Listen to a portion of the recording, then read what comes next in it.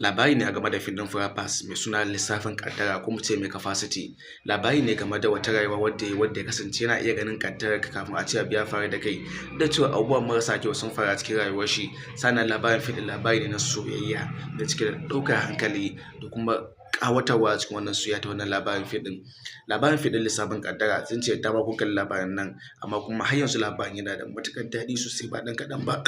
Domin labari ne wanda an kashe mai kuɗaɗe sosai ba ɗan kaɗan ba, sannan kuwa fim ɗin yana da matuƙar kyau.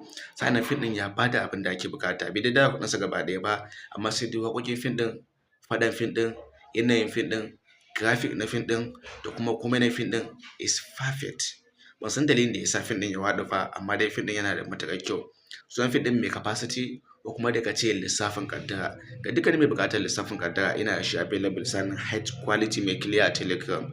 Yawan magana da mu kuma mu shi kallon wannan fim ɗin cikin rahusa sannan cikin sauƙi.